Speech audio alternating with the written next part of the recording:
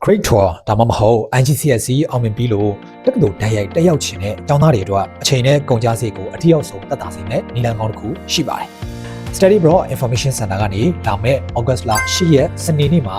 Start Your Degree Faster ဆိုတဲ့ခေါင်းစဉ်နဲ့အခမဲ့ Virtual Webinar ကိုကျင်းပပေးသွားမှာပါ။ Foundation နဲ့ Diploma လမ်းကြောင်းတွေကနေတစ်ဆင့် UK နဲ့ Australia ဘွဲ့ Degree တွေကိုတိုက်ရိုက်ရယူနိုင်မယ့်အခွင့်အလမ်းတွေကိုဆွေးနွေးပေးသွားမှာဖြစ်ပါတယ်။ဒီ webinar မှာစင်ကာပူရဲ့ထိပ်တန်းကျောင်းတွေဖြစ်တဲ့ Kaplan Higher Education Academy, Management Development Institute of Singapore, Nanyang Institute of Management, PSB Academy နဲ့ Raffles တို့ရဲ့ October ကျောင်းဖွင့်ချိန်တွေအတွက် Kaplan ရဲ့ 50% Diploma Merit Scholarship, PSB ရဲ့ 40% Diploma Merit Scholarship အထူးအစီအစဉ်တွေအပါအဝင်